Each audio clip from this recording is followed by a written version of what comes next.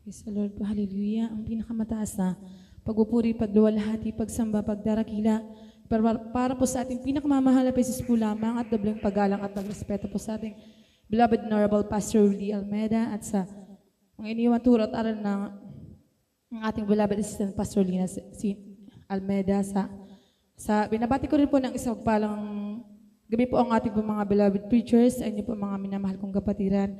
Sa pagpalang gabi po sa bawat isa sa atin, hallelujah, tunay na pinapasalamatan ko ang ating pinakamamahal sa pagkakataong ito na makapagpahayag po muli ng kabutihan na ginawa po sa akin ang ating pinakamamahal na talagang hanggang sa ngayon mga minamahal, gaya ng na-share po ng ating beloved Sister V, andun po yung talagang kagalakan po na nagmumula po sa ating pinakamamahal hanggang sa mga oras kasi andyan po talaga yung pag-attend po talaga namin ng meeting, andun na talagang hindi mo inaasahan na marami ka po talagang malalaman na bagamat kahit po medyo matagal ka na rin po sa gawain, marami pa po talaga yung hindi po nalalaman. Kaya salamat po sa ating pinakamamahal sa mga bagay na yan na andyan po yung binigay niya pong kaunawaan yung mga napag-usapan doon na talagang maunawaan po natin na kung yung habang andito ko nga po pala sa sanlibutan, talagang hindi mo iisipin na ganun po pala yung mangyayari sa hinaharap. Pero salamat po sa ating pinakamamahal kasi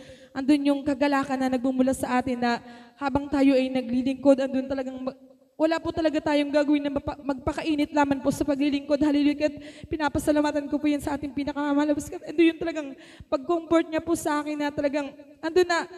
Hallelujah, salamat po sa ating pinakamamahal na bagamat marami pong trials, pero andun talaga yun kapag nakasama na po natin ang ating pinakamamahal andun po yung kagalakan talaga na mararamdaman natin na yung mga nararanasan po natin dito sa lupa, hindi na po natin mararanasan doon. Kaya salamat po sa ating pinakamamahal sa mga bagay na yan talagang andun yung grabe po yung kagalakan po sa aking puso. Kaya pinapasalamatan ko po yun ang lubos sa ating pinakamamahal na talagang bago rin po yung na magdaos po ng 33rd church anniversary po ang Iriga Outreach po, talagang ando na grabe po akong nararanasan ng mga pagsubok, pero salamat po sa ating pinakamalabis na bilang tao po talagang ando na medyo nabalisa rin po ako na hallelujah, na saan po namin kukunin yung ganito kasi halos 3 days po pala kaming pupunta doon. Talagang wala po kaming budget. Pero salamat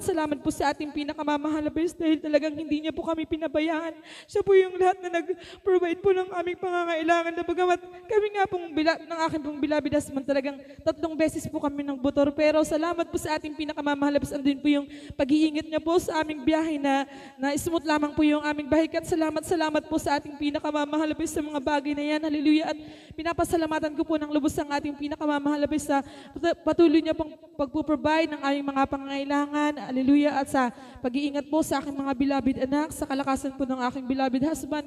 Pinapasalamatan ko po yun ng lubos sa ating pinakamamahal at patuloy ko rin pong pinapasalamatan na magamit niya rin po ako sa kanyang banal na ubasan, bagamat hindi man po ako karapat dapat.